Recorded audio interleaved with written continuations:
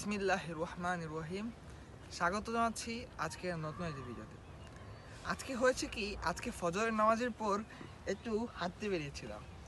হাঁটতে হাঁটতে সুরমা নদীর ঠিক মাঝখানে কখন যে এসে পড়েছি সেটি কল্পনা করতে পারিনি, কারণ আমার যে বাসা সেখান থেকে এটি কয়েক কিলোমিটার দূরে। এখানের আমি যদি আপনাদেরকে সূর্যকে দেখাতে পারতাম, সানরাইজটা অসম্ভব সুন্দর লাগছে এবং এখানে সকালবেলা শীতের সকালে খুব সুন্দর করে রোদ উপভোগ করা যাবে। আর যেহেতু আপনারা জানেন শীতের সময় রোদটা কম পাওয়া যায়, সেক্ষেত্রে এই জিনিসটা খুবই ভালো হবে আমাদের শরীরের জন্য।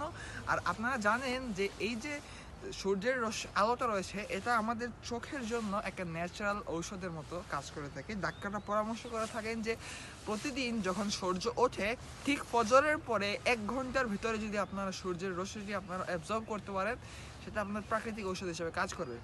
এছাড়াও সকালবেলার হাঁটার গুরুত্ব আসলে বর্ণনা করে শেষ করার মতো নয়, কারণ আপনারা জানেন ডাক্তাররা সবাইকে শারীরিকভাবে সুস্থ থাকার জন্য এই পরামর্শটি দিয়ে থাকে। আমি আশা করব আপনারাও প্রতিদিন সকালে হাঁটাহাঁটির অভ্যাসটা তৈরি করবেন।